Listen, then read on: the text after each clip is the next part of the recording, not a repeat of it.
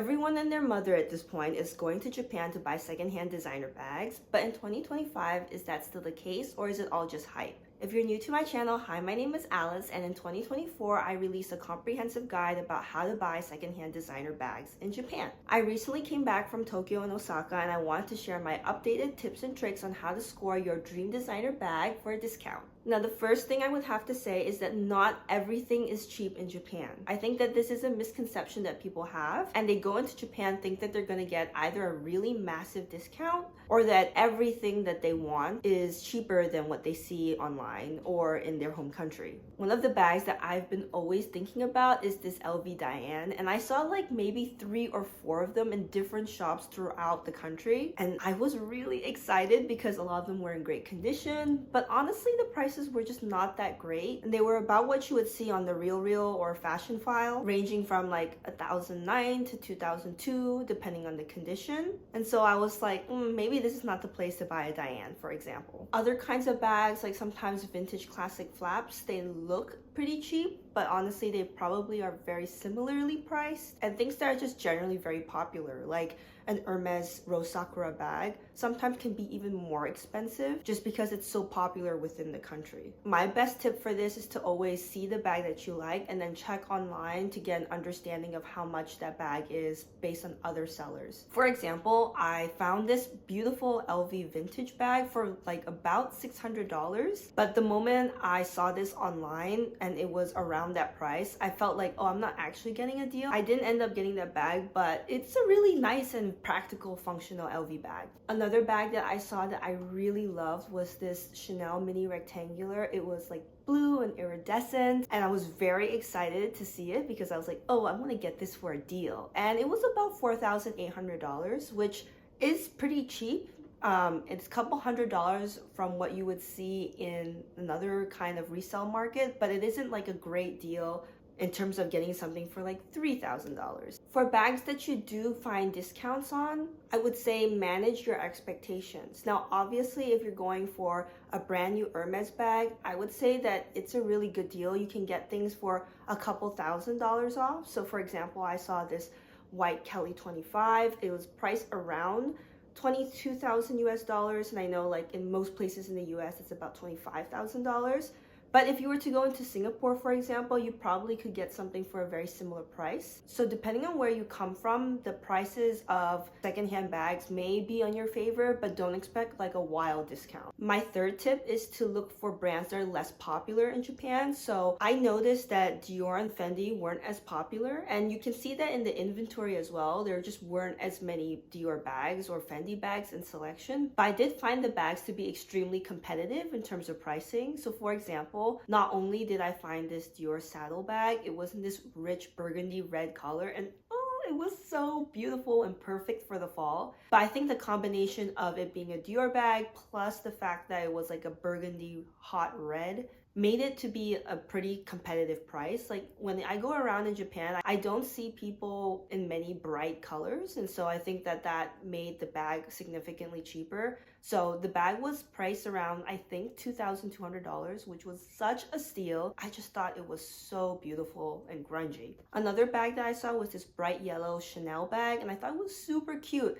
It was priced in that $3,000, $4,000 range, which I thought was pretty competitive. So that's my tip. Either look for less popular colors or less popular brands. Now, for those of you who are looking for like a steal, like a bag that's less than $1,000, like true vintage bags is the route. Most stores have a discount rack where the bags are not put up in glass containers, they're just put on a rack, and you can kind of rummage through. Most of those bags are less than $1,000 and sometimes like $800 or less. And you'll probably often see like monogram LV canvas pieces, vintage Celine pieces, and they were all really beautiful and in great condition for the age that they were in. So there was this backpack that I really liked, and I was like really thinking about it, but then I put it away and someone took it. So I was like, okay, you have to be a really decisive person to be able to buy vintage, I feel. Another thing people like to do on social media is they try to advertise one place. And for example, there was this Book Off Super Bazaar that I really wanted to go to, but honestly, social media makes the selection of the place look way bigger than it is. So just be careful of places like Book Off where people say like they're getting like, you know, $100 Gucci bag, because I think most people have taken them already, and if you go, you might be very disappointed in the selection that you see. I think the biggest question people have is, where do you shop then? So if you're looking for a newer bag versus a vintage bag, oftentimes those places can be in the same place, but usually you'd go to a different place for a different kind of bag that you're looking for. So for example, if you're someone who's really looking for like a special edition piece that is pretty new, or you're looking for Hermes, I would honestly recommend more of the internationally known brands like a Xiaoma, an Alu, a Komehyo. They have way more selection, but their prices are just a little bit more internationally focused. But if you're someone who's looking for true vintage, I would say like the smaller shops that are all in the same vicinity, honestly, as these big brands are the way to go. For example, I walked into this smaller store and there was this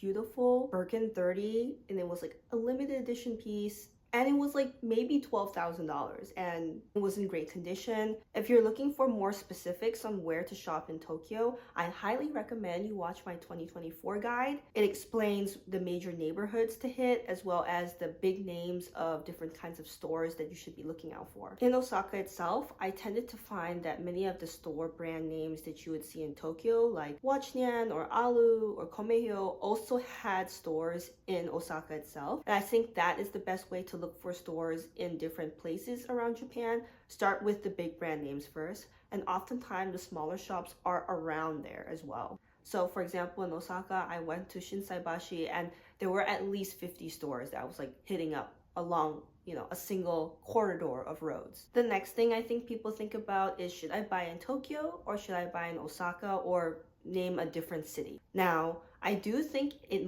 is the case that in places that are not Tokyo, prices of bags can be cheaper. But if you are going to the same kinds of stores, so let's say you're going to a Komehyo in Tokyo versus a Komehyo in Osaka, oftentimes those prices can be very similar or standardized. So just be careful in assuming that everything in Osaka would be cheaper than Tokyo. I found that it was somewhat the case, especially when it came to more vintage items, but they weren't significant discounts either. At most, it was maybe like 5% difference. My favorite part of going to Japan was seeing all the special collections. So when I go to the US, and sometimes even in Singapore, I find that all the bags that you run through in the different stores are all the same. Like, you see the Speedies, you see the Birkins, and you see them all in the similar colors. Sometimes you get like that bright hot pink, but you don't see genuinely unique pieces or great pieces in good condition. So for example, when I went to Omotesando, the line for the Murakami collection in the new LV store was like